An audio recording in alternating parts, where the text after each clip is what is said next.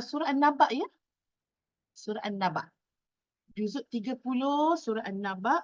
Buku surat kalau nak buka Al-Quran halaman 82. 582. Saya cuba kalau kita boleh habiskan, tapi kalau kita tak boleh habiskan, mungkin kita kena buat sesi kedua untuk surah An-Naba. Yang pertama kita akan tahsin dulu seperti mana kita dah dengar bacaan surah An-Naba daripada Syekh Usamah, dan insya-Allah kita akan membaca dan sama-sama boleh ulanglah. So saya baca, sama-sama boleh ikut. So kita sama-sama dapat pahala tilawah. Jadi sebelum kita tadabbur, kita dapat tilawah dulu, dia akan memberikan kesan sebenarnya kepada tadabbur kita. Mungkin kita pun pernah kalau macam kita lepas solat kan, kita nak tadabbur. Kalau kita lepas solat, kita terus tadabbur. Dengan kita lepas solat, kita tilawah dulu dengan tadabbur lain. Dia punya kesan dia berbeza. So jadi asas kepada tadabbur mesti dia tilawah dahulu untuk kita mendapat keberkatan benar-benar ya pada full lah kita kata daripada khasiat ayat Al-Quran itu sendiri. InsyaAllah kita akan membaca surah An-Naba, yang mana surah An-Naba ada 40 ayat. Dia adalah juzuk pertama yang juzuk ke-30. Surah pertama dalam juzuk 30 sampai juzuk yang ke-30 pun. Nama lain orang biasa panggil juzuk Amma. Juzuk Amma sebab apa? Ya, kalimah pertama iaitu amma yatasaalun. Maka dia jadilah dipanggil dengan namanya juzuk Amma. Okey, sekejap ya, saya macam nak besarkan sikitlah dia punya kebesaran dia ni. Zoom sikit. Okey, cantik. Okey, baik. Jadi ni. Okey, ini okey. Okey, baik. InsyaAllah kita baca bersama-sama. Saya baca satu ayat, sama-sama boleh ulang ataupun ikut A'udzu billahi minasyaitonir rajim.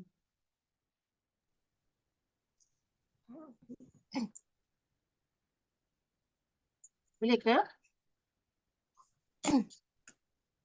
Kalau boleh buka suara tu supaya saya tahulah sahabat-sahabat dah habis. Jadi sekali lagi boleh? Buka ni, unmute ya. A'udzu billahi minasyaitonir rajim.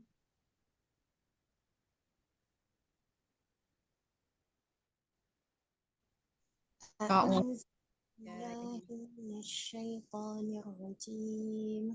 بسم الله الرحمن الرحيم.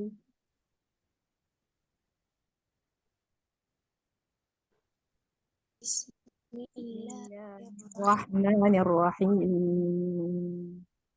عما يتساءلون.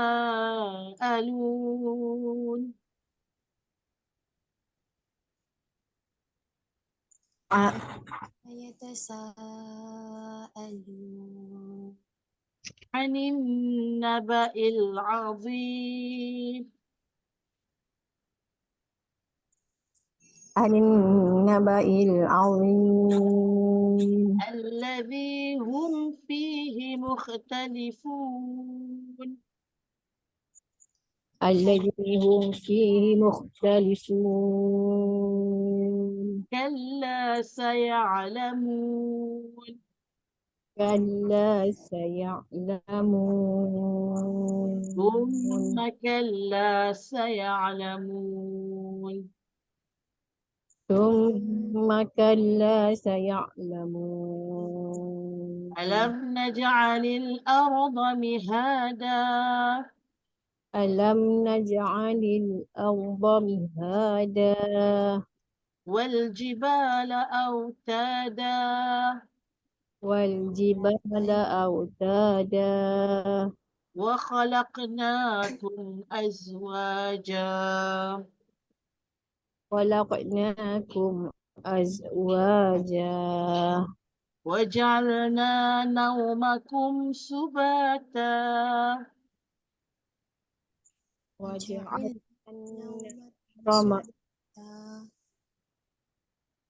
وجعلنا الليل لباسا. وجعلنا الليل لباسا. وجعلنا النهار معاشا جعلنا النهار معاشا وبنينا فوقكم سبعا شدادا وبنينا فوقكم سبعا شدادا وجعلنا سراجا وهاجا وجعلنا سراجا وهاجا وأنزلنا من المعصرات ماء ثجاجا أنزلنا من المعصرات ماء ثجاجا لنخرج به حبا ونباتا لنخرج به هبا ونباتا وجنات ألفافا جنات الألفافا إن يوم الفصل كان ميقاتا إن يوم الفصل كان كان ميقاتا ميقاتا يوم ينفخ في الصور فتأتون أفواجا يوم ينفخ في الصور فتأتون أفواجا وفتحت السماء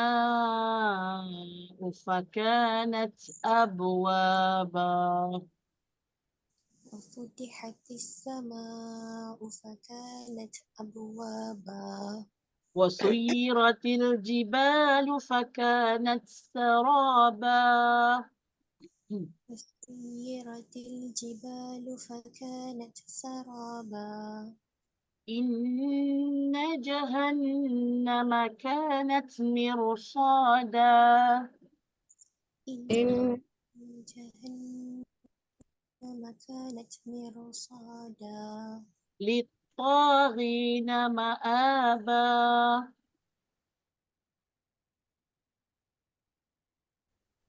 للطاغين مآبا لابثين فيها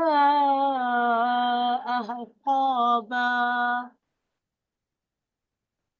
لابثين فيها أحقابا لا يذوقون فيها بردا ولا شرابا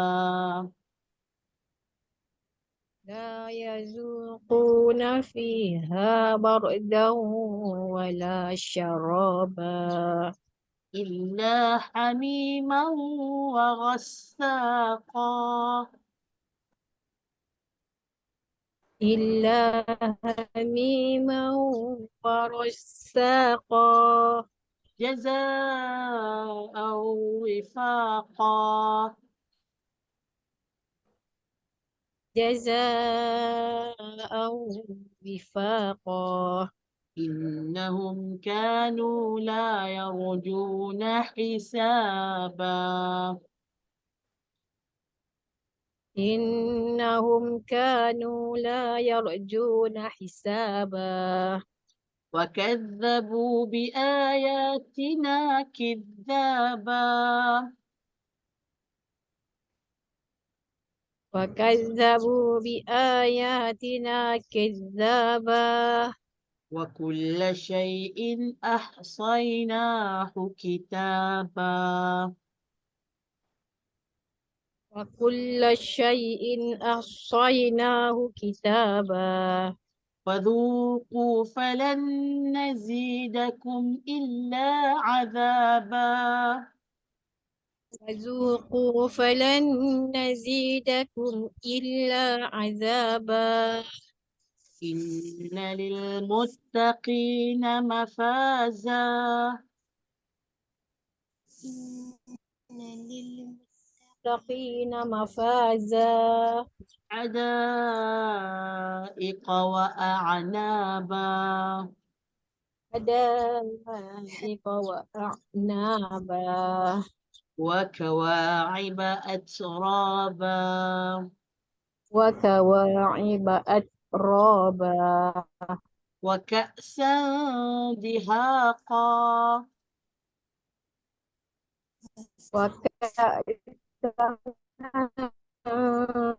دهاقا لا يسمعون فيها لغوا ولا كذابا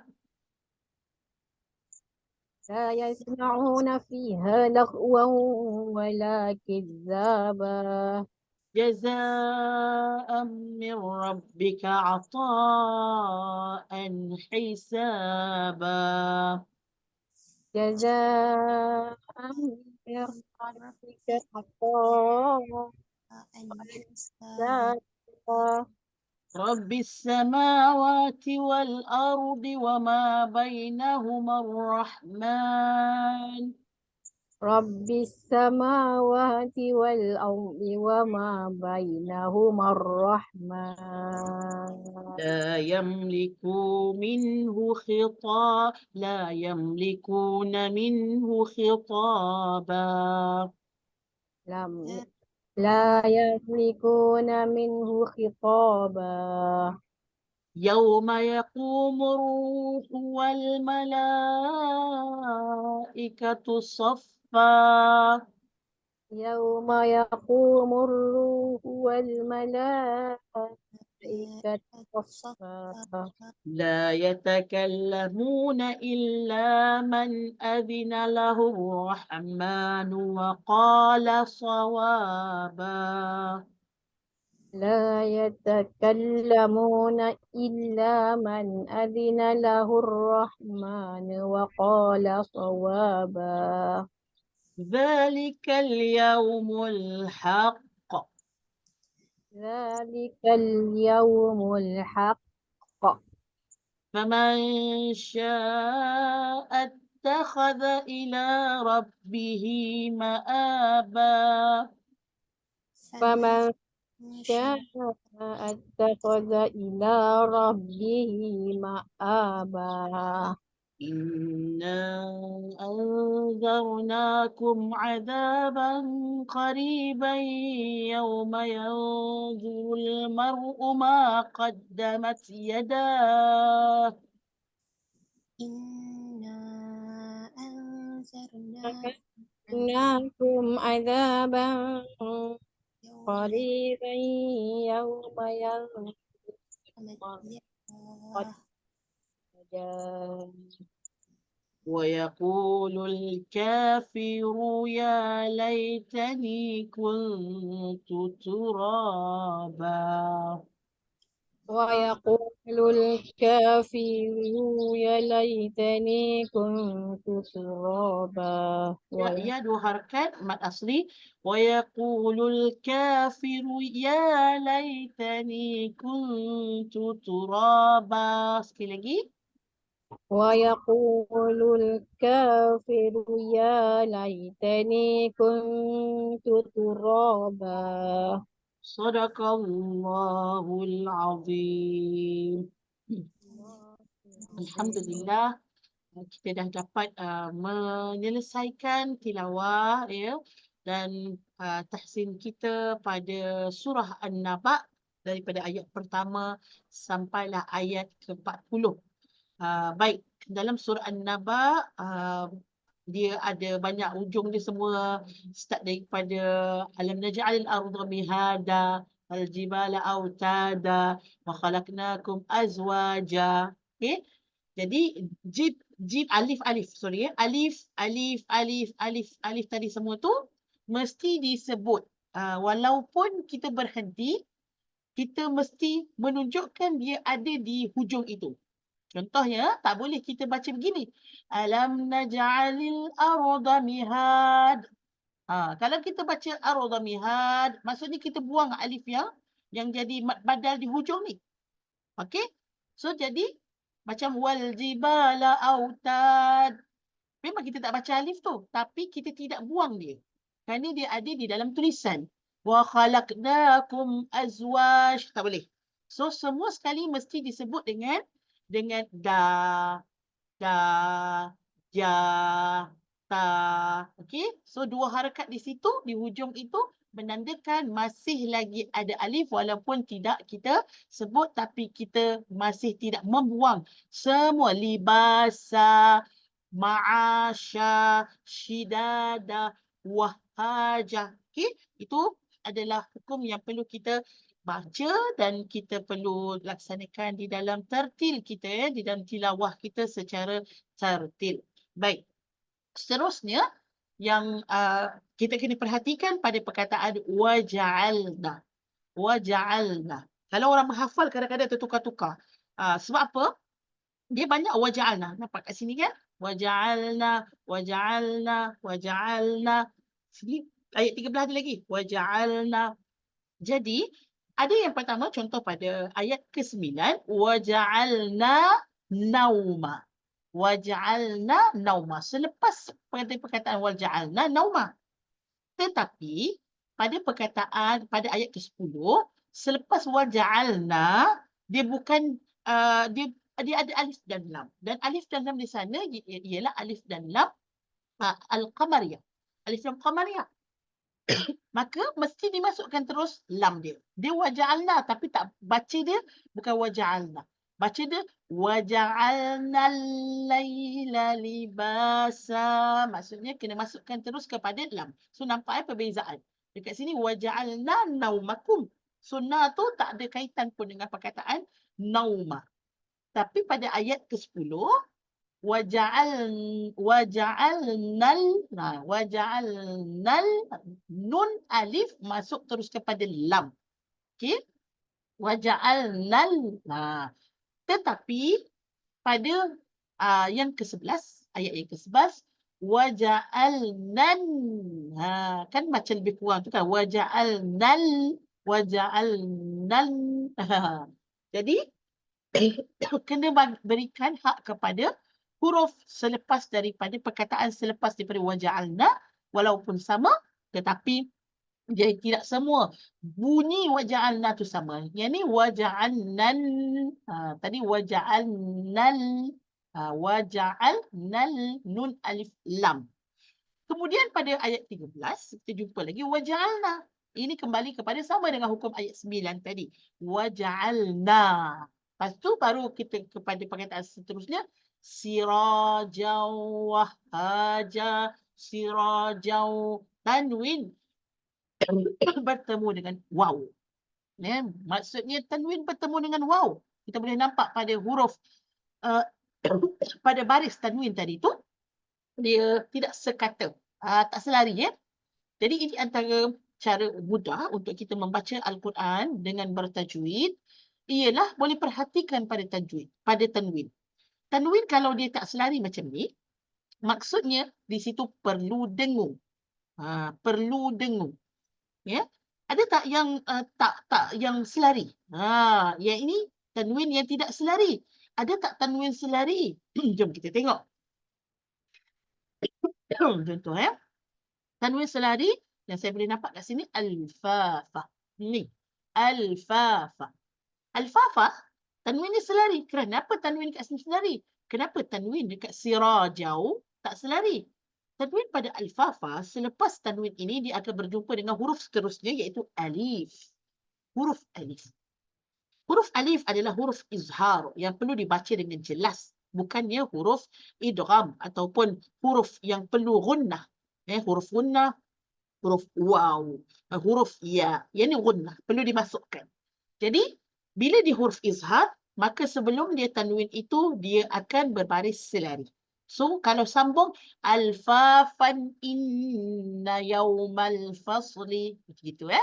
Tapi kalau yang tak selari macam ni, contoh, kana miqatan yawma yunfakhu. Macam tu ya. Maksudnya, tak tanwin yang tak selari ini, bila jumpa huruf selepasnya, mesti dimasukkan tanwin jumpa dengan ya. Mesti dimasukkan sedikit bunyi huruf yang seterusnya ke dalam huruf yang pertama, huruf yang awal itu. Okey. Kemudian, apa yang kita nak tegaskan juga pada perkataan minal mu'sirati ma'an. Sajaja. Huruf ta, Okay, tanwin berjumpa dengan ta. Tanwin tadi dah masuk ke huruf ta. Dan huruf ta sifatnya mesti dikeluarkan sedikit lidah daripada gigi. Gigi itu mesti terkeluar sedikit. Kalau guru dia akan nampak gigi tersebut, barulah bacaan ta itu betul. As-sa. Mesti kena ada keluar sedikit daripada lidah.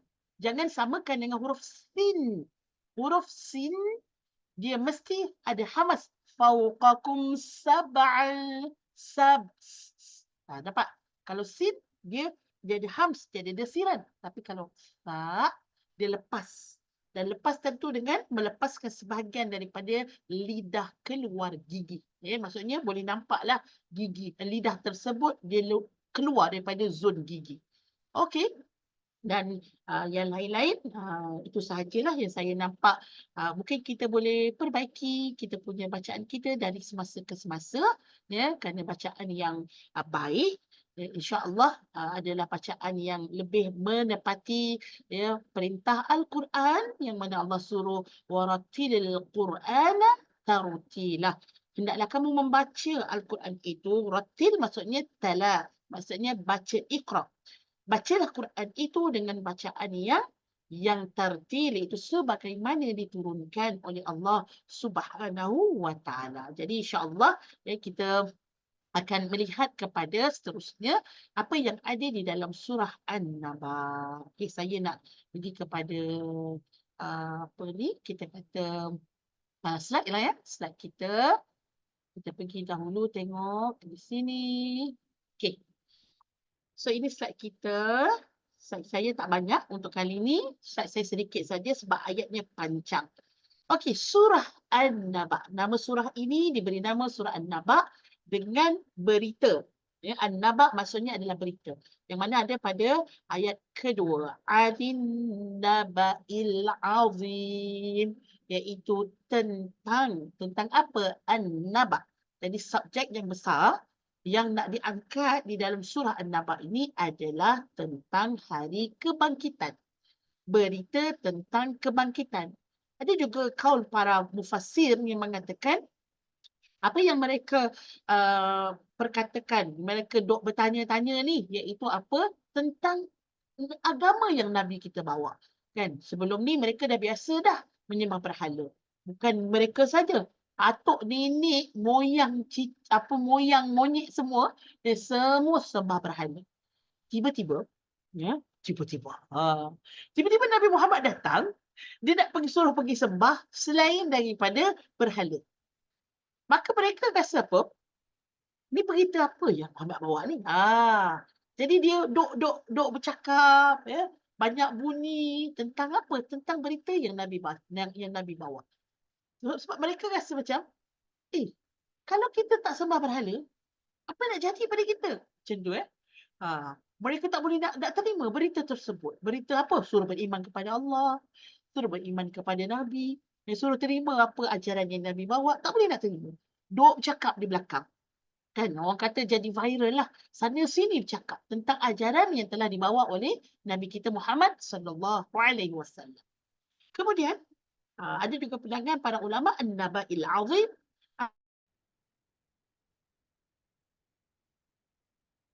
Masya-Allah. Terputus. Terputus ke? Kan? Hilang. Ya. Tapi sahabat-sahabat tak terkeluar. Tak. Semua masih ada lah. Saya je hilang. 1, 2, 3. Okey. Sampai dengar tak pasal yang An-Naba tadi ada 2. Satunya pasal apa yang ajaran barulah yang Nabi bawa. Dan lagi satu ialah kebangkitan. So, tadi sampai situ ke? Boleh dengar sampai situ? Betul okey. So An-Naba yang kedua yang dimaksudkan ialah berita tersebut ialah hari kebangkitan yang mana mereka ni tak boleh nak masuk akal. Mereka rasa benda ni mustahil. Mereka rasa benda ni mengarut. Kan? Tentang apa? Orang dah mati. Bila mati, jadi apa? Jadi debu, jadi tanah. Kan? Dah bersipar-sipar dah, tulang tu dah pecah-pecah dah. Dia kata macam mana Muhammad kata nanti ada hari yang mana kita akan dibangkitkan, lepas tu kita akan dihukum lah. Apa yang kita buat dulu dekat dunia. Jadi mereka rasa macam, apa benda ni kan? Tak boleh nak brain lah. Cannot brain. Jadi mereka pun duk bercakap-cakap di belakang. Inilah yang berlaku dan akhirnya subjek utama adalah tentang berita tersebut. So berita tersebut diangkatlah Anin Naba'il Azim. Baik. Boleh ambil rancangan, Mak? Tak boleh. Sekejap ya.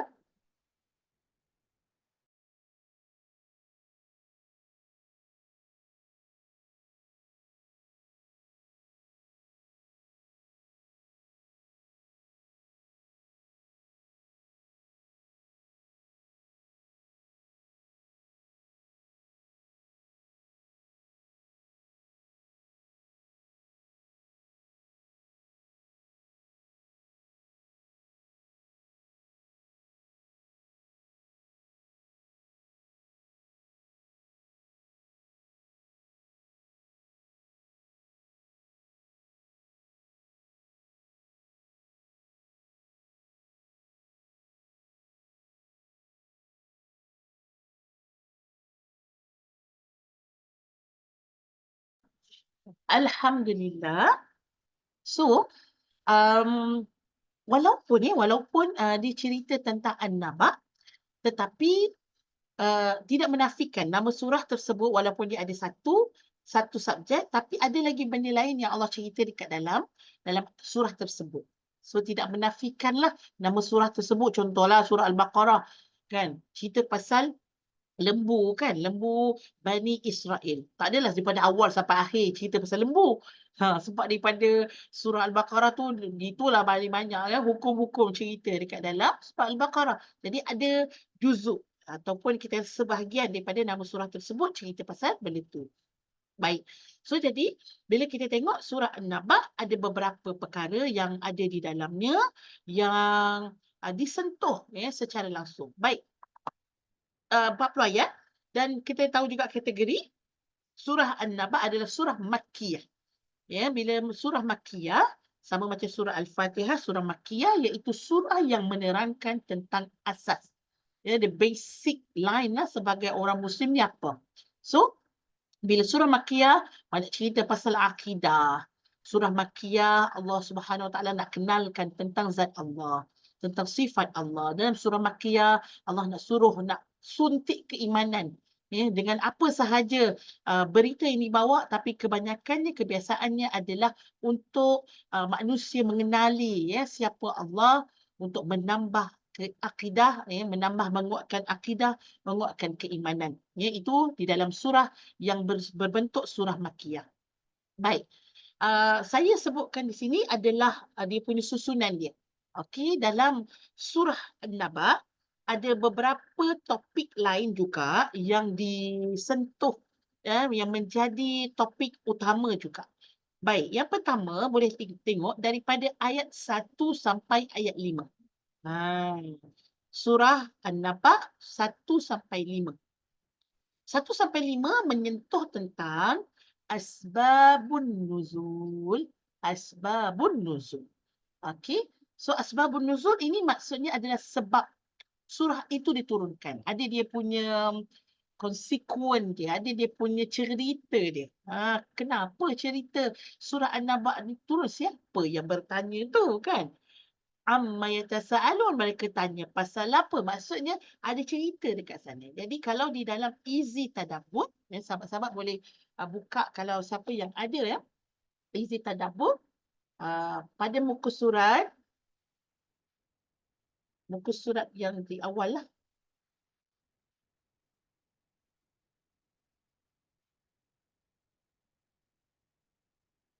Sebenarnya kat sini tapi saya tak termasukkan. Ada.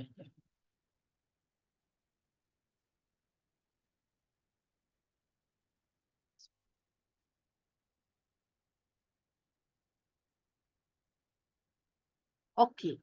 Saya tak tahu. Ada. Saya ada. Pada muka surat 7. Pada muka surat 7. Pada muka surat 7 yang belah atas ni, saya bacakan sedikit.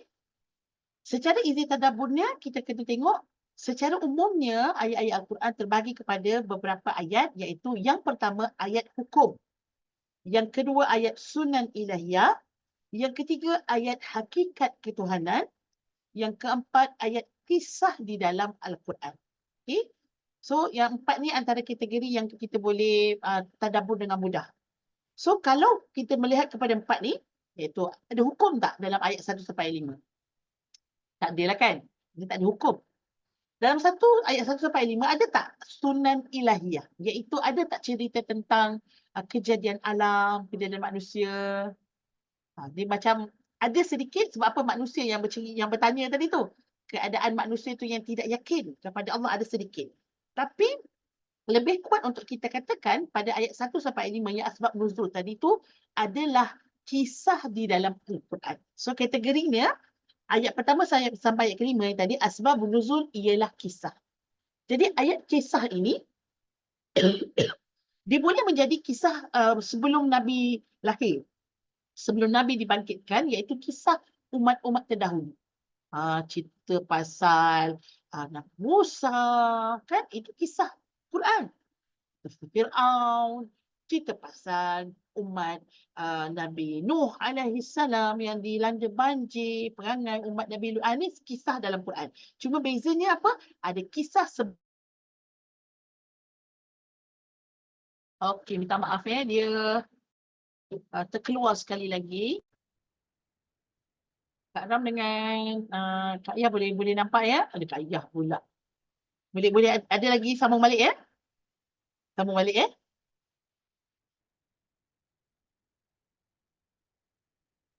Cuba kalau Ram tu nak masuk, kita cakap Cik Alim ya. Kalau panggil Cik Alim.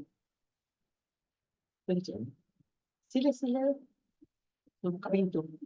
Okey. So jadi dalam surah ini, kalau dalam ayat 1 sampai ayat 5 ini, dia menceritakan tentang orang yang berada di sekeliling Nabi.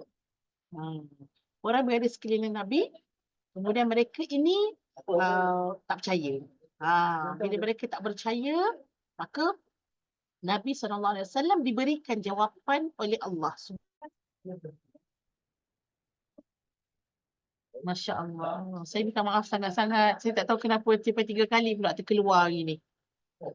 Okey, saya teruskan kepada tadi ada kisah yang berkait dengan Nabi sallallahu alaihi wasallam. Jadi yang kisah yang ini masih lagi dikira kisah Al-Quran. Ada juga kisah nanti akan datang. Kisah tentang apa? Apa yang akan berlaku nanti kemudian. Umat akan datang, umat akhir zaman. Ada juga kisah tentang orang-orang, apa keadaan mereka akan berlaku apabila hari kiamat nanti. Ada yang selamat, ada yang tak selamat juga, kisah-kisah yang ada dalam Al-Quran. So insyaAllah kita tengok balik slide tadi. Topik yang kedua, 1 sampai 5, so kita sambung 6 sampai 16. So 6 sampai 16 ialah kekuasaan Allah. Ada 10 tanda kekuasaan Allah.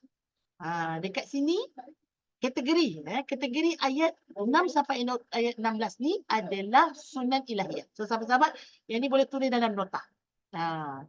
Tentang tanda-tanda kekuasaan Allah. Dia cerita macam ni lah. Cerita dia bila mereka tak percaya, kan? Mereka tak percaya kepada hari kebangkitan.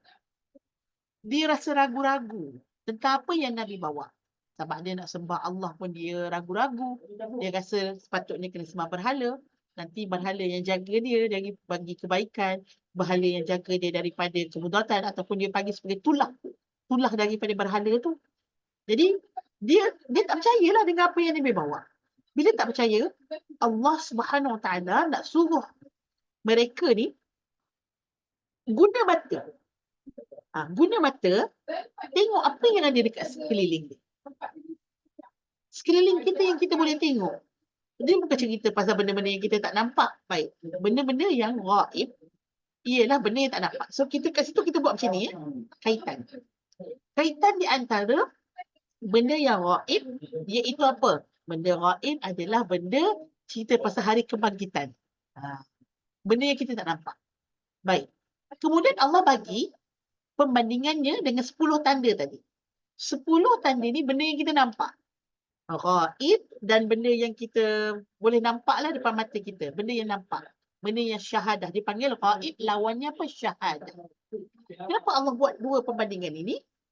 Sedangkan suruh mereka beriman pada benda ghaib. Tapi Allah suruh tengok benda yang syahadah. Kesamaan. Kita nak cari kesamaan di antara ghaib dan benda yang syahadah ialah apa? Iaitu Allah Maha Hebat. Allah is powerful. Allah Maha berkuasa untuk bagi apa saja. So kalau kamu boleh nampak yang syahadah tadi, yang kamu boleh nampak dengan mata kepala kamu boleh rasa, kamu boleh makan, kamu nanti ada kita akan tengok antara ayatnya adalah malam, siang, tidur. Kalau yang ni kamu boleh nampak dan kamu boleh tahu di sebaliknya adalah kehebatan Allah. So why not kamu percaya pada benda yang tak nampak, di sana juga melambangkan Allah mampu untuk melakukannya. Allah mampu untuk membuatnya, membangkitkan benda yang dah hancur, tulang yang dah patah, dah bersipah, badan yang sudah menjadi debu. Tidak mustahil bagi Allah kerana yang kamu tengok pun terlalu hebat. Bagaimana langit nanti kita akan tengok Allah jadikan sangat kukuh walaupun tidak ada tiang. Tak pernah pun sekali pun langit itu jatuh. Tetapi kukuhlah daripada dulu sampai sekarang ini. Bumi yang kamu ada sekarang dan kamu duduk sekarang ni, inilah juga bumi yang orang lain duduk sebelum ni. Betapa kukuhnya, betapa lamanya. Kita bina bangunan pun, macam saya lah. Tanah dekat rumah saya tu dia tanah gambut. Tanah gambut. Tanah gambut ni, dia macam, apa orang kata, bila dah lama. Umur saya 38 tahun, waktu tu dibinalah rumah tersebut. Makin lama dia makin turun ke bawah.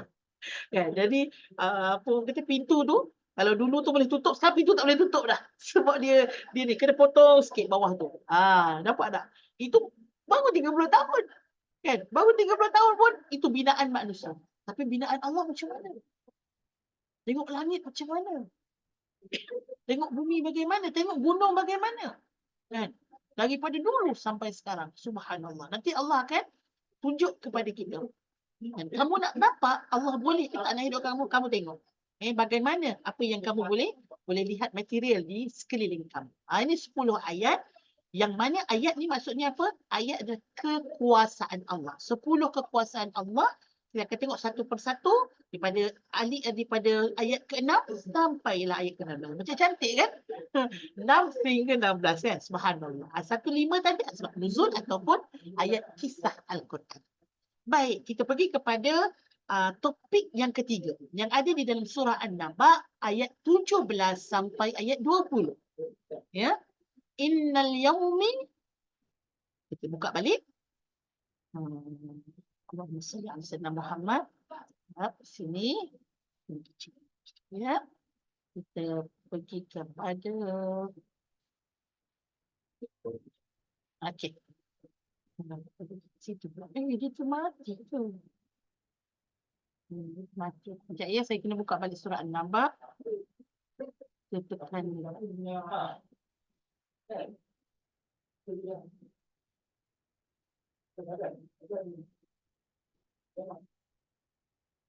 Okey. Surah An-Naba, kita boleh tengok pada ayat berapa tadi? 17. Dekat sini. Ayat 17. So nak tahu ayat 17, kita kena tengok nombor tu. Sebelum tu adalah ayat. Ini sebelum tu adalah ayat, nombor dekat depan. Tengok macam yang pertama kan? Dia ayat dulu baru nombor. Tu baru maksudnya kita kata, bila tengok ayat, maksudnya tengok nombor ke sebelum dia. Okay. So 17. Inna yawmal fasli kana miqat. Ini adalah yawmal fasli. The day of the judgment. Hari yang mana? Hari penentuan. Hari penentuan. So hari penentuan adalah hari kiamat. Start daripada mana? Daripada 17, 18, 19, 20. Ya, berapa ayat tadi? Kita tengok. Daripada ayat balik depan ayat 17 sampai 20. Maksudnya 4 ayat. Okay. So 4 ayat ini adalah ayat yang berkait dengan hari akhirat sebab ini adalah topik utama yang mereka tak yakin tadi. Mereka kan tadi yang dia merasa syak sangka tu kepada apa? Hari akhirat lah. Hari akhirat, bila kita sebut hari akhirat, termasuklah start daripada orang tu mati, ya, itu bermula dah perjalanan akhirat dia. Keluar saja roh daripada tubuh badan kita, dekat sana ada soalan kubur, dekat sana ada azab kubur, kemudian hari dibangkitkan, yaumul ba'thi, kemudian yaumul mahsyar, hari mahsyar, kemudian ada mizan dan sebagainya. Ini semua itu adalah hari akhirat. Jadi 4 ayat 17 sampai ayat 20. Baik, seterusnya dalam surah An-Naba ada topik lain, topik keempat iaitu ahli neraka. Allah bagi dahulu, kalau kita tengok keadaan ahli neraka ayat 21 sampai 30. Lepas tu ayat 31, so sebenarnya semua ada 6 topik ya sahabat-sahabat. Ada 6 topik. Tapi dia letak 4 topik dulu kat depan, lepas tu kita tambah lagi 2 topik mengikut susunan 1 sampai 40. Keadaan ahli syurga, dia datang kemudian. Macam mana orang yang beriman dia akan dapat keadaan di dalam syurga itu pada ayat 31 sampai ayat 36. Kenapa dia letakkan ayat 21 ahli neraka dulu, ayat 31 ahli syurga? Boleh saya dapatkan jawapan daripada Kak Ram, Farina dengan Putri. Sila. Kita inilah tadabbur ni kita kena teliti sikit pada dia punya, kadang-kadang pada perkataan, kadang-kadang pada pesanan, kadang-kadang pada hatta pada kita kata apa yang kita boleh tengok pada susunan ayat tu pun ada tadabbur pada dia. Sila. Kalau nak tulis pun boleh dekat chat. Kenapa Allah letak dulu tentang yang buruk dulu, kepada balasan kepada orang yang buruk iaitu kepada ahli neraka, baru Allah letak nikmat kepada ahli syurga. Kak Ram ada pendapat?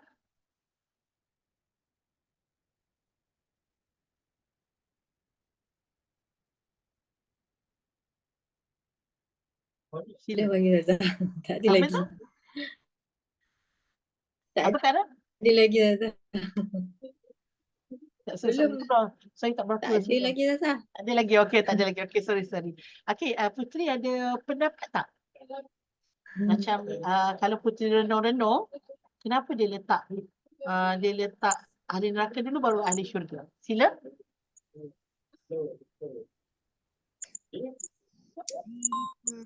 Macam aman. Saya tak boleh dengar sebabnya saya punya speaker rosak. Boleh Putri type tak? Pendapat Putri ataupun Puan Rina?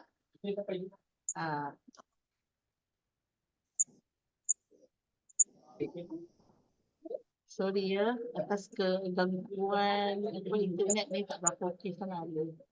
Kau dah tahu dah?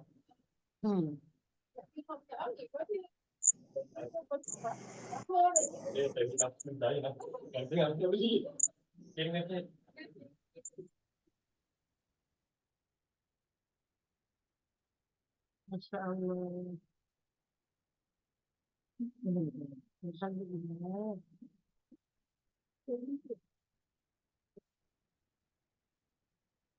Sebagai amaran. Okey, baik-baik. Terima kasih Putri. Okey, ni mengikut kepada masing-masing lah kan. Ada orang yang susunan pun dia kata okey. Farina kata tak tahu. Okey, tak apa. Ini maksudnya macam tak apa je kalau kita tak ambil pun dia sebagai benda yang besar pun tak apa. Tapi kadang-kadang pada susunan itu pun ada dia punya message lah macam tu ya. Ada dia punya sebab kenapa Allah susun begitu. Jadi saya kongsikan apa yang Syekh Yusri Jabat ataupun Syekh Yasin Rushdi, Syekh Yasin Rushdi cakap, dia kata, jom kita tengok dulu kepada awal ayat. Cerita ini, apa dia punya subjek dia? Orang yang tidak yakin dengan apa yang Nabi bawa. Betul tak? Maksudnya, ayat ini dikeluarkan utamanya adalah kepada orang-orang yang ada rasa ragu keimanan dia kepada Nabi dan apa yang Nabi bawa. So, apabila kita punya subjek utama, sasaran ataupun kita kata ayat ini adalah jawapan kepada orang-orang yang ragu, kepada orang-orang yang kafir, yang tak nak beriman dengan Rasul, maka Allah letaklah kepada mereka dulu. Sebab tu nak bagi amaran dulu. Betul lah Putri kata tadi nak bagi amaran. Kan? Sebab mereka adalah subjek utama diturunkan ayat tadi. Nampak tak? So, dengan kisah ataupun kita kata kaitannya dengan yang awal berbanding dengan yang topik yang ketiga yang ni, topik ketiga dan topik keempat iaitu hal ahli neraka dan juga keadaan ahli syurga, ada kaitan dengan apa yang ditujukan asalnya sasaran jawapan ini kepada orang-orang yang mempunyai syahwat sangka dalam hati. So, yang diangkat ialah kamu tak yakin dengan keadaan, dengan apa yang Rasulullah bawa, apa yang Allah cakap, baik, kamu tengok ni, benda ni akan berlaku kepada kamu untuk mendatangkan ra'dun ataupun untuk mendatangkan dalam hati tu rasa takut, ya, rasa kita kata nak kembali beriman kerana apa? Dahsyatnya azab Allah yang Allah berikan kepada orang-orang yang tidak percaya, orang yang kafir. Okey, itu di antara apa kita kata faedah yang boleh kita ambil daripada munasabah susunan ayat tersebut.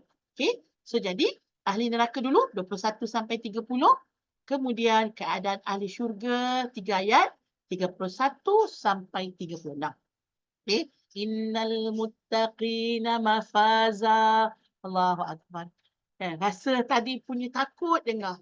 Bagaimana keadaan ahli neraka, bagaimana azab kepada orang-orang yang berada dalam neraka, takut. Dalam hati rasa takut, rasa gementar. Tapi bila Allah kata innal muttaqina mafaza, sesungguhnya orang-orang yang bertakwa itu adalah kemenangan yang nyata, kemenangan yang sebenar-benarnya. Jadi sejuk balik hati kita bila baca Quran. Ya Allah, jadikanlah aku orang yang bertakwa. Ya Allah, aku nak jadi orang yang bertakwa. Dan Allah dah takutkan kita tadi, Allah pujuk balik kita. Supaya kita, kalau kau nak syurga, ini dia. Ini jalannya. Jalan orang bertakwa lah jalan ke syurga. Kalau kau nak masuk syurga, tengok nanti nikmat-nikmat dalam syurga, subhanallah, semuanya akan memberikan motivasi kepada kita untuk terus kuat. Ya, walaupun dunia ni susah kita nak lawan. Dunia ni sangat payah kita nak berjihad di dalamnya. Tapi Allah janjikan tempat yang sangat-sangat nikmat, tempat yang sangat indah, balasan yang selayaknya untuk ahli syurga Allah Subhanahu wa taala. Kemudian sahabat-sahabat lepas ayat 31, ayat 36 tentang ahli syurga, Allah Subhanahu wa taala tutup surah An-Naba kembali kepada topik utama. Topik utama apa? Ya, yang mana mereka ragui itu adalah tentang hari akhirat. Apakah keadaan-keadaan yang akan bersambung, yang akan menggegarkan keimanan hati seorang yang benar-benar percaya kepada hari akhirat. Yang boleh menyebabkan manusia kembali untuk mentaati Allah. Kerana apa? Dahsyatnya hari akhirat. Dan susahnya kalau orang yang benar dalam dunia ini, dia bersenang lenang. Ya, dalam dunia ini dia bermewah-mewah tanpa dia mengingatkan pesanan Allah. Nanti dia hadaplah. Ya, dia hadapilah, dia tanggunglah. Bagaimana susahnya hari akhirat akan ditanggung oleh kita semua. Jadi sahabat-sahabat, ya, jom kita tengok satu persatu daripada ayat ini. Ada perkara yang kita perlu tengok dan lihat, ya, pada contohnya kita pergi ambil yang nombor 1 tadi, ya. Kejap. Share dulu. Nombor 1 ayat yang pertama sampai ayat ke-5. Kejap.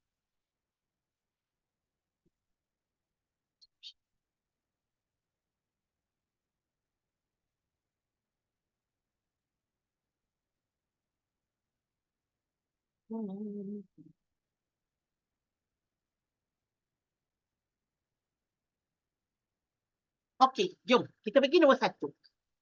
Amma yatasaalun. Amma Dah pukul 10:08 minit sebab hari ni kita mula lewat, lepas tu yang kedua banyak kali terputus tadi ya. Baik, tak apa, kita berhenti sampai mana yang kita mampu nanti. Amma yatasaalu. Amma. Amma dia berasal daripada dua perkataan. Adalah daripada perkataan an, lagi satu dari perkataan ma. An, ma. An ini ialah maksudnya tentang. Ya, tentang. Ma, mim alif, ialah suatu adatul soal.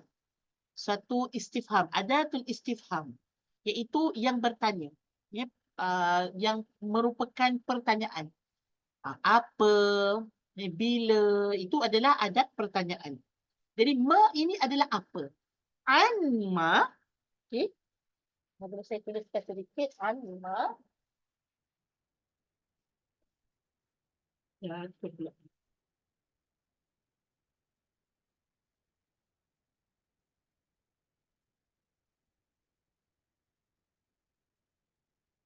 Ni ya.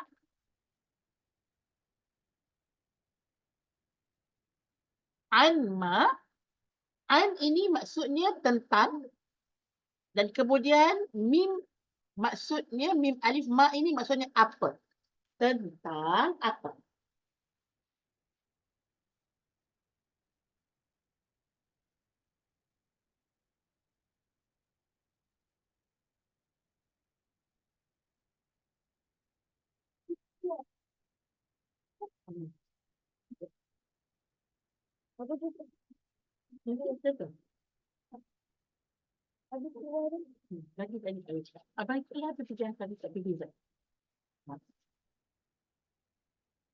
Okey. Amma. Nun mati berjumpa dengan mim kan. Idgham, masukkan. Jadi dia tak baca ma tak. Kalau ma maksudnya jelaslah kita baca an ni. An ni jelas. So kita kena baca apa? Nun mati jumpa dengan mim, memasukkan mim di dalam nun. Amma idgham. Amma. So jadi bila amma, bila dia masuk, sama dalam bahasa Arab ni dia suka meringkaskan, teringkaslah dalam bahasa Arab. Dan Al-Quran dalam bahasa Arab. Orang Arab ni dia tak macam orang Melayu. Bahasa Melayu kalau terjemah bahasa Arab daripada satu baris ayat, dia akan jadi 4 baris. Jadi orang kata bahasa Melayu adalah bahasa yang bahasa kaya. Dia suka banyak duit. Lagi tebal kan. Banyak bahasa tu, dia tebal tu banyak duit kan. Tapi kalau dalam bahasa Arab tak. Dia suka simplify. Dia simplify banyak benda lah. Jadi mana-mana yang ringkas macam ni masukkan saja. Amma, amma. So amma maksudnya sama, iaitu tentang apa.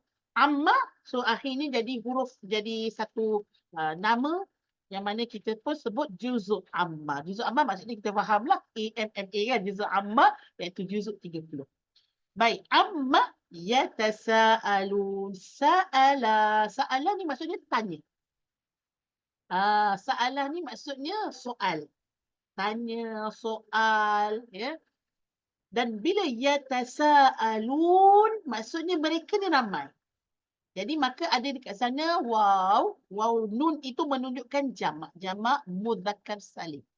Yatasaalun, dia bukan seorang yang bertanya, tapi ramai. Siapa mereka? Orang musyrikin. Orang musyrikin ni duk bertanya sesama sendiri. Kan? Puak pek. Kan? Jumpa sekejap dia duk gosip. Dia pun pakai gosip juga.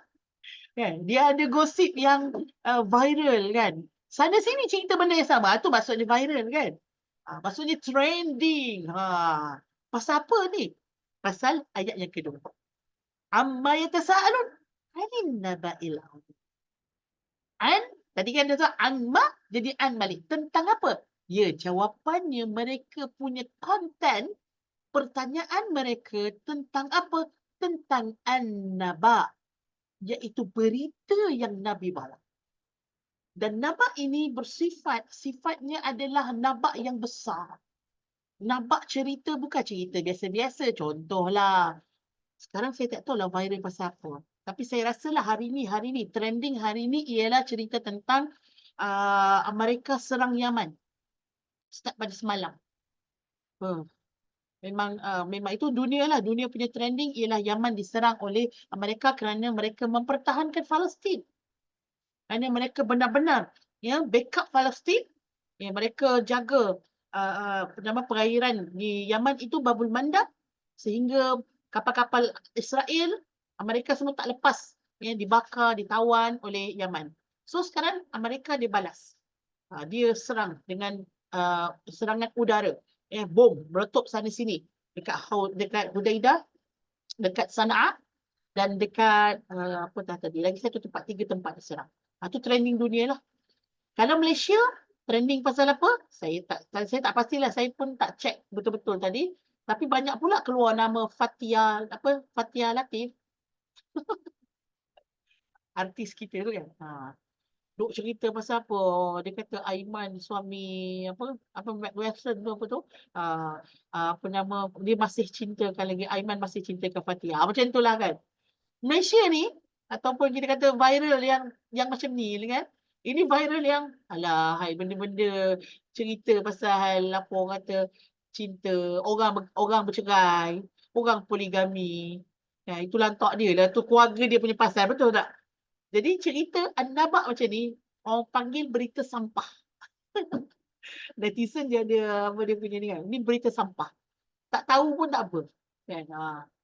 Tapi berita yang dibawa oleh orang Nabi ini yang dipersoalkan oleh orang musyrikin, ini berita besar. Ini berita yang bukan kecil-kecil, bukan berita serpihan. Tapi ini berita utama, jam 8. Begitulah. Berita utama dia letak depan kan. Jadi, naba ini naba yang utama. Yang al-azim, yang besar. Bukannya berita kecil-kecil. Anin naba'il azim. Alladhi hum fihi mukhtalifun. Sifat berita tersebut alladhi. Alladhi yang. Alladhi yang. Saya baca dia punya terjemahannya. Yang dalam hal itu mereka berselisih. Sebab bahasa terjemahan Quran pun kita bahasa formal. Ada seorang makcik itulah kan, sahabat-sahabat saya mengajar kitab Izzi Tadabbur dengan ustaz dekat madrasah Ihsaniyah. Dia bukan madrasah, dia sebenarnya surau sebenarnya. Nama dia madrasah. Jadi makcik tu kata, Ustazah, dia kata macam mana? Makcik ni bukannya tak nak tadabbur. Makcik baca dah ayat tu. Terjemahan pun makcik baca. Tapi tak faham juga. Macam tak sampai juga. Subhanallah. Jadi kalau kita itulah perlunya tadabbur dalam hidup kita walaupun dah ada terjemahan. Terjemahan dah ada tapi tadabbur mesti. Baik. Apa yang Allah sebut? Alladhi, iaitu yang. Berita tadi kembali kepada an-naba. Naba tu macam mana? Berita yang macam mana? Alladhi, yang mana berita itu menjadi benda yang kamu berselisih. Ada yang kata, betul lah kot apa yang Nabi cakap, apa yang Muhammad cakap. Tapi ada pula yang kata tapi. Kalau kita pergi sembah Allah, nanti kita kena tulah daripada berhala tu. Ada pula yang kata, kan? Macam mana kalau kita dah mati, macam mana nak hidup balik? Kan? Mati-matilah. Dah jadi debu-debu habislah. Habis ceritalah, cuci tangan lah. Ada yang kata macam tu. Alladhi hum fihi iaitu tentang apa? Tentang berita tadi, mereka berselisih faham. Apa orang kata, banyak lagi dia punya sembang lebat lagi. Yang kini kata macam ni, yang kini macam ni. Kita kan kalau Nabi bawa, apa yang Nabi cakap, kita tahu ke tak tahu, logik ke tak logik. Kalau Nabi cakap, kita sadaqah Rasulullah sallallahu alaihi wasallam. Betul tak sama-sama? Bila Nabi sebut, benda tu betul. Tak payahlah kita nak sembang. Tak payahlah kita duk bincang kat belakang kan. Beriman je lah dengan apa Nabi cakap. Sebab Nabi apa yang cakap semuanya benar. Al-haq. Yuha ilai. Yang diberikan wahyu kepada dia. So kita tidak ada syakwa sangka. Tapi mereka al-kafirun. Mereka ada syakwa sangka. Jom pergi kepada ayat 4. Kalla saya'lamun. Kalla. Kalla ni maksud dia apa? Maksud dia stop. Stop.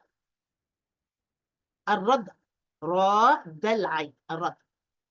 Iaitu suatu yang Allah bagi tahu kepada manusia yang duk sembang-sembang, duk rasa tak yakin tadi ni, Allah bagi kepada mereka stop. Kalla. Maksudnya satu amaran, jangan kamu lagi duk rasa takut-takut, rasa tak percaya. Saya alam. Kamu akan tahu. Kamu sembang tadi sebab kamu rasa kamu tak tahu. Jadi kamu rasa macam kamu tak nampak. Kamu tak lihat apa yang dibawa oleh Nabi. Kamu akan tahu. Huruf sin di sana bermaksud akan. Dia ada 3 dia punya peringkat dia. Sin akan maksudnya sesuatu yang kejap lagi lah. Sangat dekat waktu dia. Kalau jauh sikit, cuba tengok perkataan ataupun dalam ayat 5. Summa. Sin. Summa. Yang ketiga, saufa. Saufa ta'lamun. Saufa. Saufa pun akan datang juga. Tapi ini lagi lama. Sin dalam waktu yang sedikit. Summa dalam waktu yang agak panjang sikit daripada sin tadi. Saufa lagi lama. So ada beza. Ketiga-tiganya maksud dia akan datang. Bukan sekarang akan datang. Cuma ada beza dari sudut tempoh tadi sekejap, sederhana ataupun lama. Baik. Kalla saya'lamun. Kamu akan tahu. Bila kamu akan tahu? Bila kamu mati. Wahai orang kafir, wahai orang musyrikin, saja lagi. Mati ni dekat. Kamu rasa mati ni jauh ke tak? Mati ni dekat. Mati ni mengajar kita. Mengejar kita. Mati sangat dekat dengan kita. Apabila kamu mati, kamu akan tahu semua benda. Allah buka apa? Sebab tu orang yang dah mati, ya, Allah dah dia punya nyawa dah sampai ke kerongkongan, Allah Subhanahu Wa Taala dah buka dah semua pintu. Hijab tu Allah buka. Dia nampak belakalah. Apa yang betul, apa yang salah nampak. Jadi mati tadi dekat, kamu akan tahu apa benda yang akan berlaku. Kamu akan tahu apa yang betul, apa yang salah, kamu akan tahu. Sat lagi. Sin. Baik, Allah ulang. Bukan ulangan ini adalah ulangan yang tanpa faedah. Kalau kita kadang-kadang cakap ulang benda sama, cakap benda sama je. Kan? Itu yang panggil beletir tu. Itu yang panggil beletir. Sebab apa? Ulangan ayat tu sama. Tahun lepas punya dengan tahun ni punya sama. Tapi ulangan dalam Quran, ulangan yang penuh dengan makna. Macam sama kan? Kalla saya'lamu sama. Cuma beza pada tadi sin, yang ni tahu summa. Kata para ulama, ulangan ini menunjukkan kepada suatu penegasan li takkid. Benar-benar Allah nak bagi tahu, stop wahai orang musyrikin. Dah, cukup. Enough is enough. Jangan cerita dah. Kamu akan tahu. Kalau tak mati, kamu akan tahu nanti selepas Allah bukakan di padang mahsyar segala kebenaran. Masa tu nanti kamu terduduk. Bila kamu dah tahu, tapi masa tu kamu terlambat. Kamu tak boleh patah balik. Kamu tak boleh nak tarik balik apa yang kamu dah buat dekat dunia ni. Keyakinan kamu tak boleh dah. Stop. Summa kalla saya'lam. Ataupun boleh juga kita katakan kalla saya'lamun pada ayat keempat tadi, dekat kan? Ayat ke-6 sampai ayat ke-10 cerita tentang kekuasaan Allah. Kalau siapa baca Quran, contoh bukannya Quran ni hanya untuk musyrikin yang turun pada waktu itu. Ayat Quran turun masa Nabi ada. Tapi ayat Quran ni untuk kita semua. Contoh, kalau hari ni orang tu baca Quran, orang yang sama baca Quran, orang yang sama ada ketidakyakinan kepada hari kiamat. orang yang sama baca Quran hari ini, orang tu ada syakwa sangka terhadap janji-janji Allah. Dalam syakwa sangka kita ni, sahabat-sahabat, kita tak yakin dengan apa yang Nabi bawa, tak yakin apa yang Allah cakap, dia ada kesan. Kesan ni apa? Contoh macam orang kafir musyrikin ni, mereka duk cakap-cakap. Itu kesan mereka tak yakin lah. Kalau yakin teruslah amantu billah wa rasulihi. Mestilah kamu terus beriman. Tapi kalau kamu sembang lagi, maksudnya kamu tak yakin. Hari ini, zaman sekarang, bagaimana tanda orang tu tak yakin dengan hari kiamat, dengan apa yang Nabi bawa, orang tu buat maksiat dalam hidup dia seolah-olah dia tak yakin ada dosa yang akan menanti balasan kepada si pendosa. Betul tak? Itu tanda keyakinan dia. Kenapa dia buat dosa senang-senang je? Ada amalan yang perlu dibuat, amalan yang wajib dibuat, yang sunat pun tak buat, yang wajib pun celang-celup. Contohnya, sembahyang pun tak buat. Sebab apa? Sebab apa dia berani tak sembahyang? Kalau kita berani, dia tak sembahyang. Kita tak berani, dia tak sembahyang. Ini tanda, bukannya luarannya tanda, oh dia malas kot. Tak. Dia ada tanda keyakinan dia. Iaitu apa? Dia tidak yakin kepada dosa pahala. Dalam hatinya ada syakwa sangka terhadap syurga neraka. Dia tak yakin tentang azab Allah di kubur, azab Allah nanti di mahsyar, azab Allah nanti dalam neraka. Tak yakin. Akhirnya dia senang lena, relax je, yang wajib tak buat, yang haram pun ini. Yang kita diminta oleh Allah untuk kita tadabbur Quran.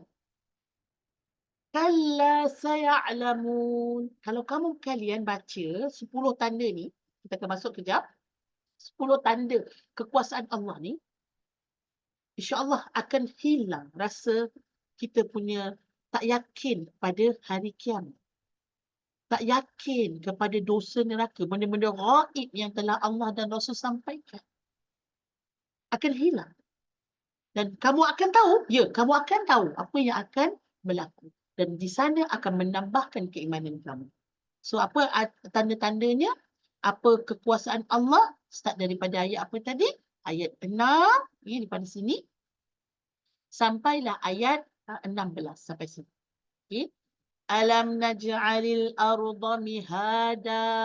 Pada ayat 6, Allah Subhanahu Wa Taala suruh kita tengok pada apa? Ni. Pada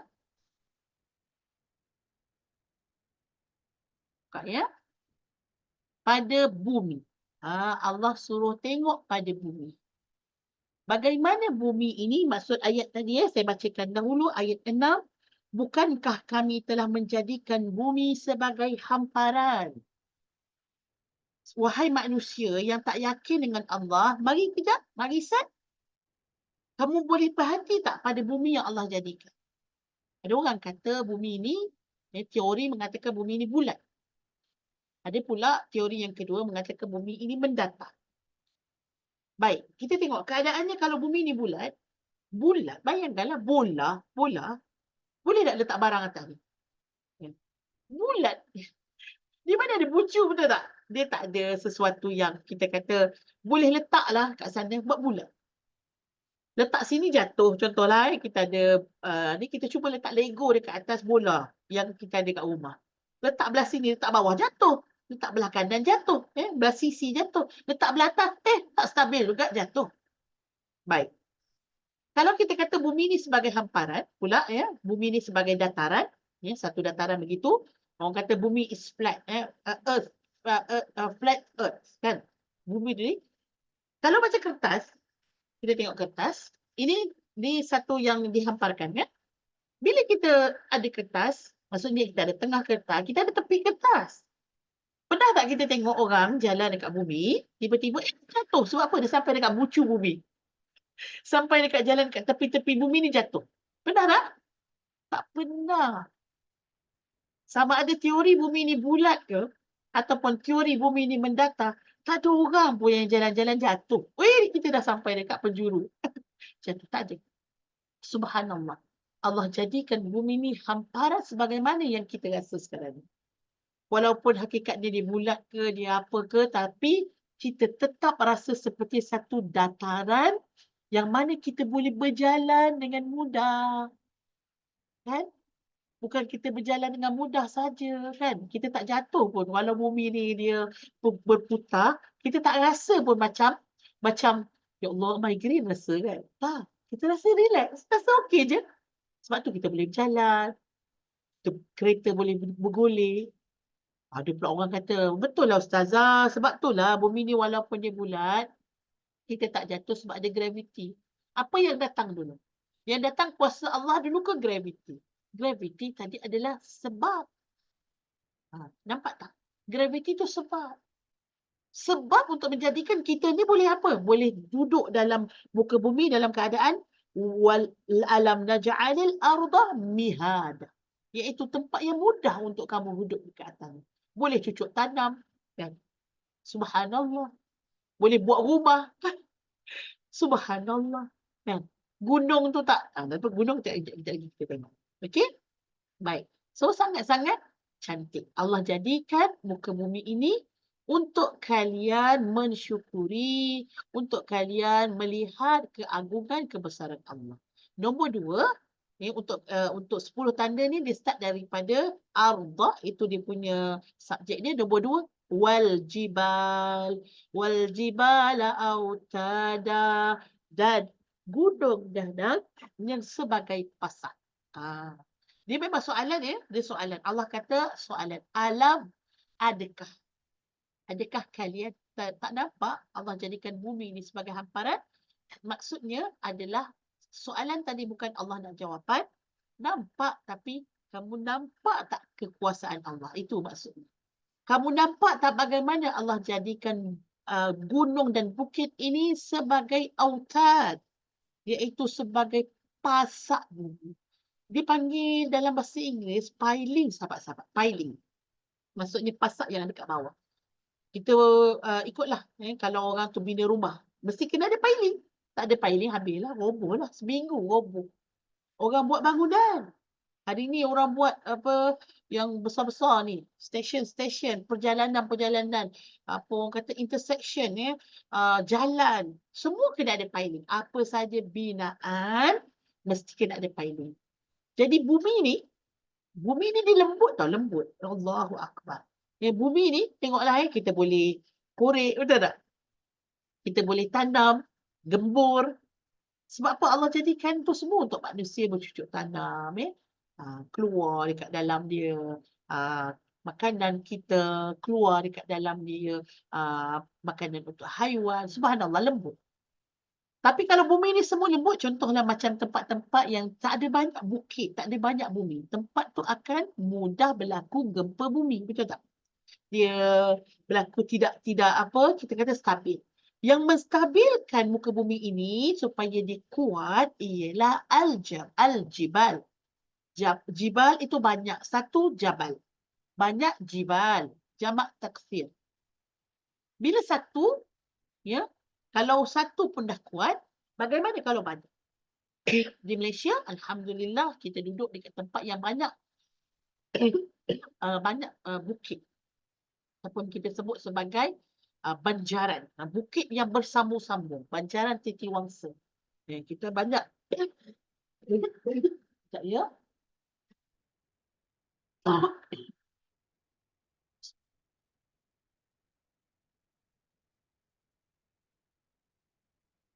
Banyak pasak bumi. Okey.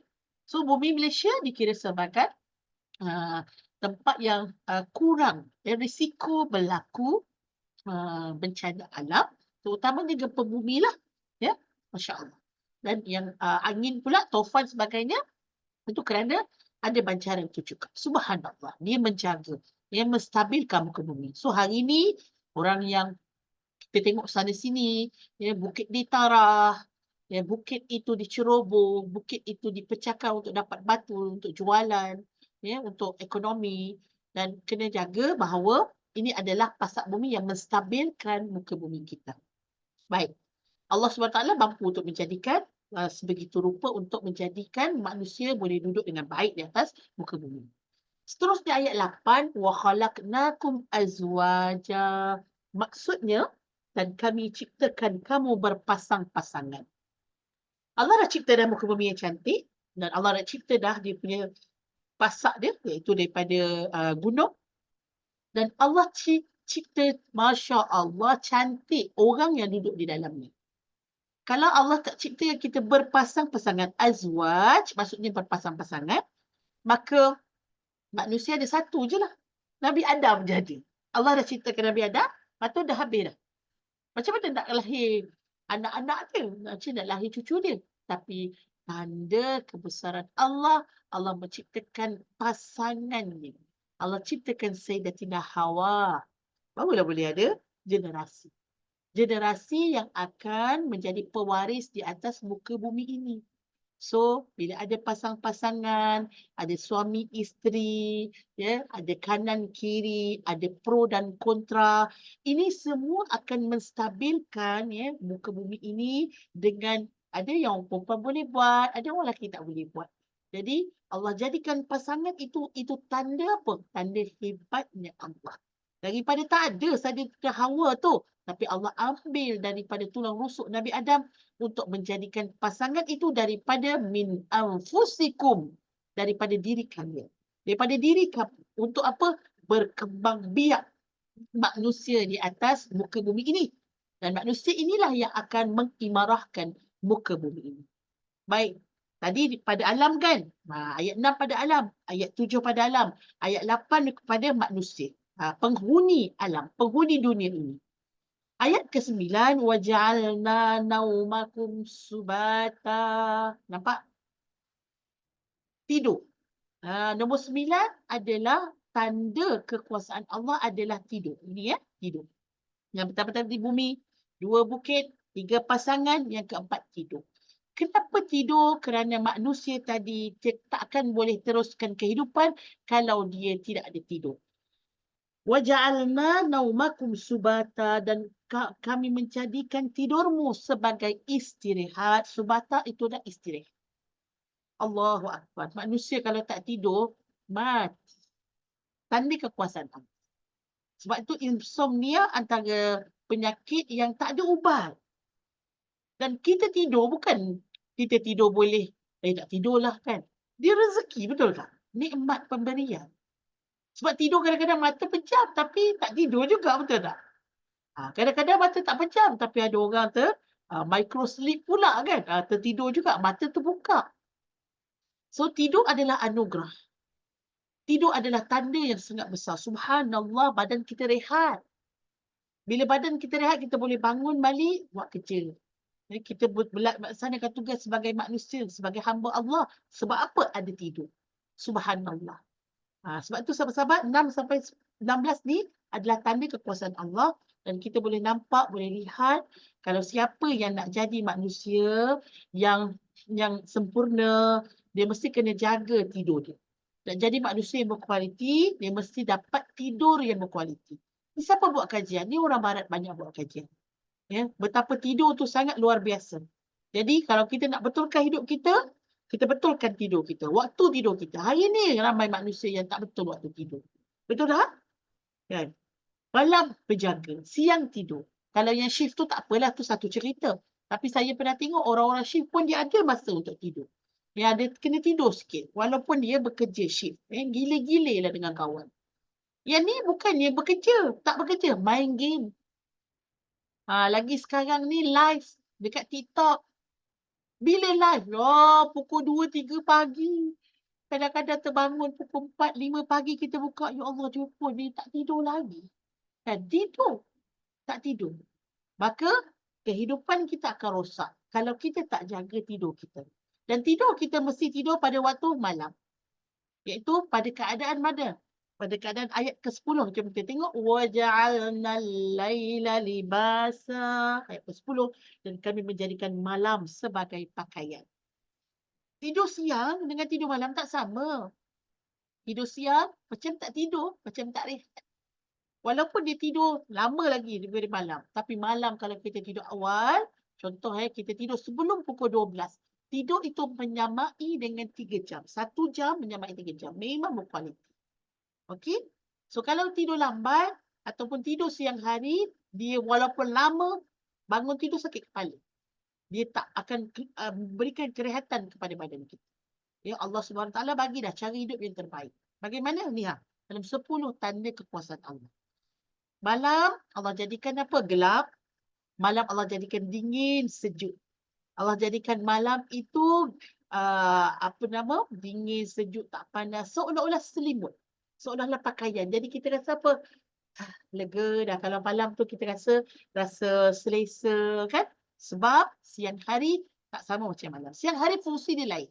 Pada ayat ke-11, وَجَعَلْنَا النَّهَارَ مَعَاشًا. Pada waktu siang. Dan siang itu kami jadikan untuk mencari rezeki. Ma'ash ataupun asal perkataan aish, ain yash shin. Aish tu hidup, sahabat-sahabat, hidup. So kalau orang tak gerak pada siang hari, macam mana dia nak dapat rezeki? Hidup ini, orang tak hidup mesti dia kena mencari rezeki untuk hidup. Cari makan.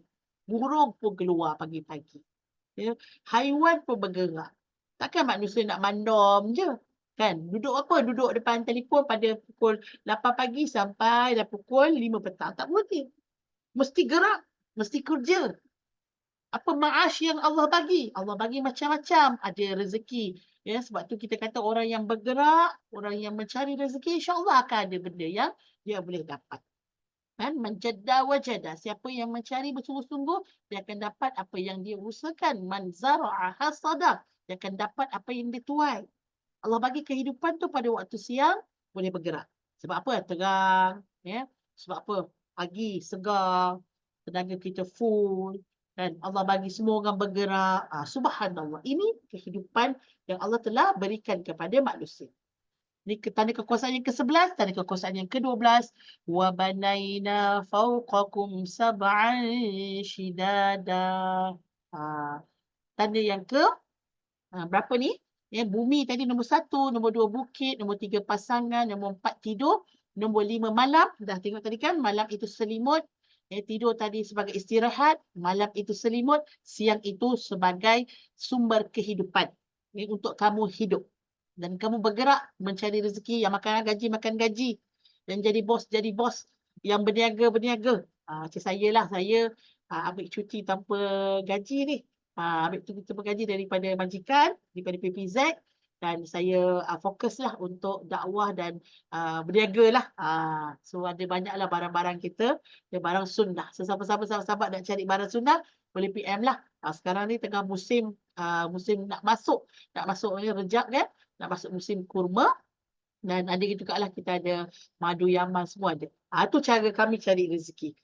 Dan nak cari, ya. Carilah waktu siang. Kemudian, tadi, sab'al shidadah. Allah jadikan apa? Langit. Fawqakum wa banaina fawqakum. Tak ada perkataan as-sama' tak ada. Tapi maksudnya kita faham. Wa banaina. Bila Allah bina, maksudnya sesuatu yang kukuh. Manusia pun, kalau bila sebut binaan. Betul tak? Binaan ada sesuatu yang kukuh. Allah Subhanahu Wa Taala binakan kepada kita langit yang ada 7. Langit ada 7 dia punya lapisan dia langit. Lapisan langit yang 7.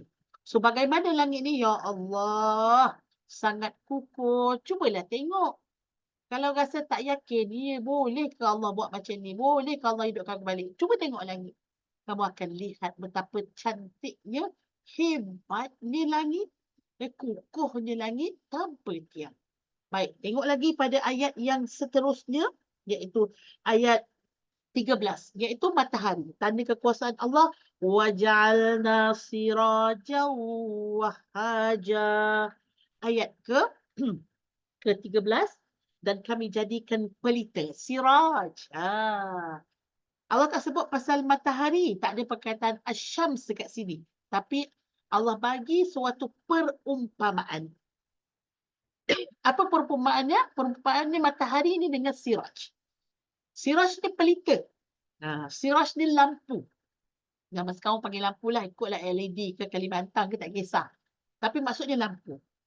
Lampu ataupun pelita. Pelita ni maksudnya biasa kalau kita buka satu lampu, terang tak satu rumah. Cuba tengok sikit rumah kita. Ada berapa banyak lampu? Kalau malam lah kan. Kalau siang tak buka pun terang lah. Kalau malam, satu lampu boleh terang tak satu rumah? Tak boleh lah sama-sama kan. Satu ruang je lah. Itu kalau lampu tu terang kan. Kalau lampu tu yang jenis lampu malap-malap macam tu kan. Kalau lampu LED kadang-kadang dia fokus macam tu kan. Kadang satu tempat tu sampai 6. Kalau rumah saya tu 6 lampu. Ruang tamu saja. Sebab apa? Sebab dia tak boleh menerangkan, tak cukup cahaya dia tu untuk menerangkan satu rumah. Tapi bayangkan satu lampu, satu siraj boleh menerangkan seluruh dunia. Allah. Bukan sahaja negara, dunia boleh terang. Subhanallah. Itu yang jadi, Allah jadikan bumi kita tu sebelah-sebelah tu. Jadi sebelah yang tak kena matahari tu, kalau kena matahari semua, jawabnya tak ada malam lah. Yang tak kena matahari tu, yang tak menghadap matahari, jadi malam. Barulah gelap, barulah orang boleh tidur. Yang matahari ni siraj, yang sangat terang, pelita yang sangat terang, wahaja. Ya, wahaja maksudnya yang sangat terang benderang. Satu matahari untuk semua bumi. Sampai daripada mana? Daripada bila matahari ini menerangkan bumi? Daripada dulu. Daripada zaman Nabi Adam sampailah sekarang ini dan sampailah hari kiamat. Subhanallah. Ibadat Allah. Pernah charge tak matahari ni? Pernah rosak tak matahari ni? Waktu gerhana pun kedudukan kita dia yang berbeza. Tapi matahari tetap memancarkan cahayanya tidak pernah padam. Subhanallah. Ini kekuasaan Allah. Ada lagi yang mahu ingkar. Ada lagi yang rasa tak puas hati. Ada lagi yang rasa tak percaya. Tengok matahari. Seterusnya sahabat-sahabat, kita pergi kepada ayat 14. وَأَنزَلْنَا مِنَ الْمُعْصِرَاتِ مَاءً ثَجَّاجًا. Ayat ke-14, dan kami turunkan dari awan air hujan yang mencurah dengan lebatnya. Tak ada tahu perkataan matar kat sini. Dalam bahasa Arab, hujan ialah matar. Tak ada. Tapi Allah gunakan perkataan apa? وَأَنزَلْنَا مِنَ الْمُعْصِرَاتِ مَاءً. Kesan daripada hujan itu, apa yang keluar adalah air. Air yang keluar secara mencurah-curah. Ya, baik. Sahabat-sahabat, ini adalah kehebatan Allah, kekuasaan Allah. Allah jadikan air itu keluar daripada apa? Daripada dia punya perumpamaannya di sini, kiasannya adalah dengan muksirat. Asar. Asar ini maksudnya muasir. Muasir ni maksudnya macam perah-perah. Ya? Kalau kita ada kelapa parut kat rumah, dan kelapa parut tu kita perah kan. Itu maksudnya adalah muasir, memerah. Blender ke, kita masukkan lemon dalam tu, masukkan orange dalam tu, kemudian dia blend kan. Akhirnya keluar apa? Keluar air. Bagaimana kalau kita perah kelapa parut tu? Dia keluar macam air paip ke? Tak kan? Dia keluar apa? Macam ni kan? Kita perah setitis, sikit-sikit kan. Itulah muksirat, itulah dia awan yang mengeluarkan hujan. Kalau awan tu keluarkan hujan macam air paip, ya Allah, semua orang minta jauh daripada hujan, betul tak? Sebab apa? Habis pecah semua mesin. Kereta-kereta, cermin semua pecah, rumah semua tertanggal. Apa orang kata berlubang, semua bumbung. Tapi Allah bagi air yang keluar daripada awan itu sikit-sikit. Subhanallah. InsyaAllah sahabat-sahabat lagi 2 ayat. Ataupun kekuasaan Allah yang ada di dalam surah An-Naba yang kat sini ayat 15. Linukhrija bihi habban wa nabata. Ayat ini ialah kaitannya dengan tujuan. Li ini adalah untuk. Bila ada hujan tadi, hujan kekuasaan Allah, subhanallah. Dengan hujanlah akan mengeluarkan habba, iaitu mengeluarkan bijirin. Bijirin macam-macam lah. Bijirin ini adalah sesuatu yang menjadi makanan asasi kepada manusia. Kod negara. Kalau Malaysia, bijirin kita adalah padi. Kita makan nasi. Kalau orang Eropah, dia makan, mungkin dia makan oat. Jadi oat ini, dia bijirin tu mungkin daripada gandum, bijirin daripada barley, bijirin daripada, apa tu nama dia, corn, daripada jagung. Dan kalau orang yang makan roti, misalnya kata Arab, di negara Arab makan roti, bijirin dia adalah daripada gandum. So, habban. untuk kamu hidup ni, nampak tak? Allah bagi hujan ini untuk menyebabkan akan keluar di dalamnya bijirin dan kamu boleh makan. Wa nabata. Sebab itu dia tulis kat sini lain Habbat itu adalah bijirin. Nabat itu adalah vegetarian. Ataupun kita kata tumbuh-tumbuhan. Ini semua yang manusia perlu makan. Yang menyebabkan manusia hidup. Manusia tak boleh makan sayur je. Ada orang dia tak makan langsung. Kan ada dulu satu kita kata influencer saja dia nak tunjuk kepada dunia bahawa dia boleh hidup hanya dengan makan sayur. Dia tak makan langsung bijirin. Dia tak makan nasi, makan gandum. Tak boleh hidup. So dia kena. Kalau yang diet-diet tu ada yang tak bagi langsung makan nasi. Nasi bukan masalah. Yang masalahnya portion. Yang masalah ni apa yang kita makan dengan nasi. Sebab memang kita kena makan nasi. Tak makan nasi, makan roti. Tak makan roti, makan gandum. Okay, makan barley. So mesti kena ada. Dan nabat ialah vegetarian ataupun vegetable. Vegetation. Dia adalah macam apa? Macam kubis, sawi, apa lagi. Semua yang sayur-sayur hijau ataupun yang ada daun ni. Dia daun. Daun dia memberikan kelengkapan kepada habban tadi. Baik, seterusnya wajannatin alfafa. Wajannatin alfafa maksudnya ialah dan kebun-kebun yang rindang. Boleh tengok Biasa kebun ni ada apa? Ada buah. Dalam kebun ada macam-macam buah. Buah-buahan yang perlu manusia makan, yang manusia kena dapat khasiat dan nutrisi dia. Kebiasaannya pohonnya rindang sahaja. Buah apa contoh buah rambutan, apple, buah apa tu nama dia? Buah oren, strawberry, pokok oren, pokok limau. Semuanya rendah-rendah, betul tak? Cuba bayangkan kalau buah-buah yang kita perlu makan ni dia tinggi macam pokok balak dekat dalam hutan. Tinggi dia. Ya Allah, nak kena naik atas. Jawabnya, sahabat-sahabat, tak ada orang lah yang berani. Ataupun bukan tak berani lah. Tapi macam susah nak dapatkan. Tapi manusia, Allah cipta keperluannya adalah buah tadi dalam keadaan pohonnya rindang. Untuk manusia makan daripada buah-buahan tersebut. Dan sahabat-sahabat, insyaAllah kita sampai ayat 16. Setakat dia okey ke? Daripada ayat 1 sampai ayat 16? Okey, kan? Nampak perbezaannya kita baru masuk 2 je lah. Daripada ayat 1 sampai ayat 5, iaitu tentang asbab nuzul, dan ayat 6 sampai ayat 16, iaitu tentang 10 tanda kekuasaan Allah.